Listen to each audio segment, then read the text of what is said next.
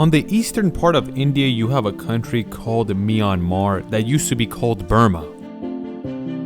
The first civilizations that settled here goes back more than 10,000 years ago, but you really can't call them civilized. They were just rice farmers.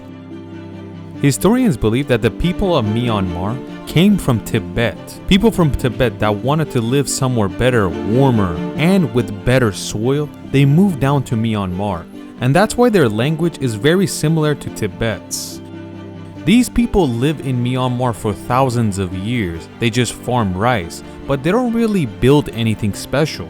And that's until we get to about 2,000 years ago, when the religion of Buddhism is introduced to this part of the world. Buddhism came from India, and it brought it to a country that had never had religion before. And this is when the history of the Burmese changes forever. When you get to the 8th century, the dynasty of Nanchao, which was in the southern part of China, decides to add Myanmar to their land. The first proper civilization that was powerful was the Nanchao dynasty. And later on, the same people created the Pagan Empire. The Pagan Empire was Buddhist, and they changed the look of the country forever. And the most obvious one are these Buddhist temples that are set everywhere. And usually they're in very beautiful, lush green environments. The number one tourist attraction of Myanmar are these temples too. Just like any other empire, the Pagan Empire eventually collapses. Usually when these empires get to the end of the line, everybody is upset about the empire in a way where they want it to collapse and they want chaos. This continues on in the Pagan Empire until the Mongols come along and pretty much destroy this entire environment and take over. The Mongols eventually lose power and they don't have control. This is when groups revolt against them and pretty much take tiny spots for themselves. In a way, the entire country of Burma is now divided. This went on until the year 1530. This is a year when a person named Tabin Shueti takes over the entire area of Burma and makes it one whole nation once again. After doing so, he becomes the king of Burma. He continues to do good for 20 years to make his country better, but he gets assassinated. The good thing is his replacement was a high-quality king, a man named Bina. Bina extends Myanmar to its greatest strength, and he also takes over Thailand. But eventually everybody dies, and Bina does the same thing. But after him, nobody could keep up with him. And once again, Burma goes into a horrible stage of its existence. This country stays unstable for 152 years, until we get to the year 1752. Once again, another dynasty by the name of Konbaung takes over Burma. And once again, Burma is together with Thailand and a little bit of Laos. Konbaung was really about war, and they wanted to keep adding onto their empire. They would also attack China and India. They would take a little bit of their land, then China and India would come and kick them out and take it back. We move forward, we get to the 19th century, when Britain has taken over India. If you've seen our videos about the biggest mistakes, you'll probably say this was one of those, because the Konbaung dynasty once again tried to attack India to take some land, but this time they weren't confronted by Indians, they were actually confronted by British, and they very easily defeated this army, and they went ahead and took over the entire area that Burma had control over. The Indians and the British would somewhat get along, so there wouldn't be any conflict between them. But the Burmese weren't like that. There was guerrilla warfare everywhere, trying to attack these British, and they didn't want the control. This is why the British would treat the Burmese very poorly, and in a way, they would cause famine to kill a lot of them off. When a lot of Burmese died, the British decided to send a lot of Indian slaves into there as rice farmers, which is why there is an Indian population in Myanmar to this day. This continues on for more than 50 years. Indian slaves are working in Burma and farming rice, and all the profit is going to Britain. And then we get to the year 1941, when Japan is taking over East Asia, and one of those places they take from Britain is Myanmar.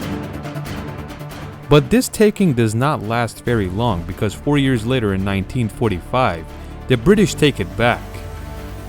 In the year 1947, the British finally give independence to India, but Pakistan and East Pakistan are taken away from it. And also 1 year later, in the year 1948, Myanmar gains independence. But what a terrible independence, because one of the worst governments is set in this country by the British. The new government was so bad and unsafe that people couldn't even easily walk in the streets without getting hurt. Don't even get me started on the economy and the people struggling to buy food, where there's famine left and right.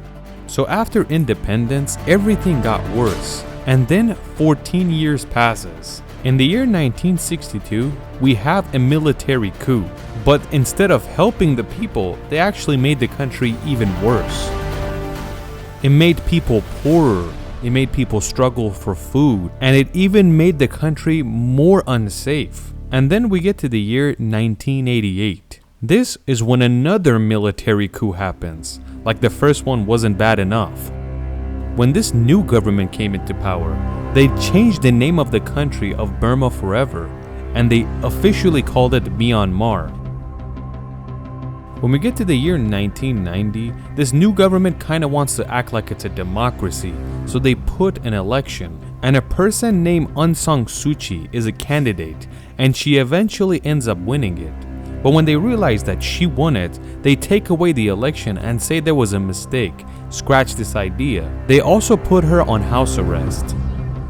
The country is getting worse day by day, and nothing is getting better. Years pass and we get to the year 2008, when the Naga cyclone happens in the Indian Ocean. It pretty much damaged the entire area of the Indian Ocean, but the most damage was done to Myanmar, and more than 130,000 people died. The cyclone lasted for more than a month, and the maximum speed of the wind was 250 kilometers an hour. This is enough to tear down buildings like it's nothing. The country of Myanmar, that's already extremely poor, is hit with a cyclone like this, and the damages add up to $13 billion.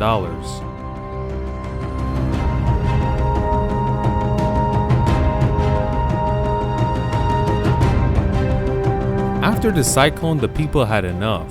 They really wanted this lady to be in power. Eventually, the military government backs down, and Aung San Suu Kyi becomes the new leader of Myanmar.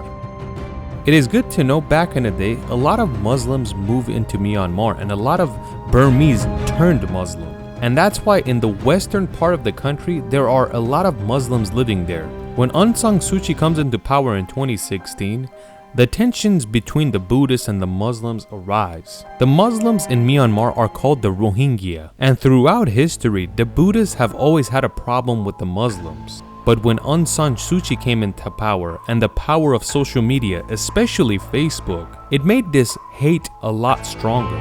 All this hate and tension caused a genocide to start, where the people that were part of the Buddhist part would attack the Muslims and literally kill people.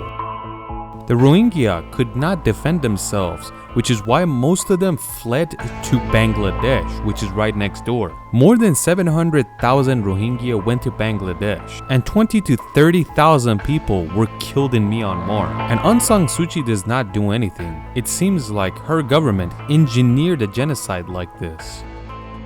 Then we get to the year 2021, when another military coup takes over and arrests Aung San Suu Kyi once again. Since 2 years ago, Myanmar is in military hands once again, and the country is worse than ever, and there is no plan on making it better. After this military coup, Myanmar gains another name, and they become the #1 provider of opium in the world, and they took that from Afghanistan, and they also become the #1 producer of heroin. You might be familiar with the Golden Triangle, which involves the countries of Thailand, Laos, and Myanmar. But of course, the main area is Myanmar because most of the opium and heroin is made here, which is why this triangle is called the heroin triangle as well. When countries are engineered in a way to produce narcotics and drugs, they'll never be stable. The cartels and the mafias control these nations and they don't let them thrive. Myanmar isn't alone because you got Mexico, Colombia, Bolivia, Laos, the Philippines, the Dominican Republic, and many more. We don't even know how Aung San Suu Kyi came into power and they took her out of power. In our space video, I usually said my mind is blown. But in this video, and the case of Myanmar really blew my mind. What do you guys think?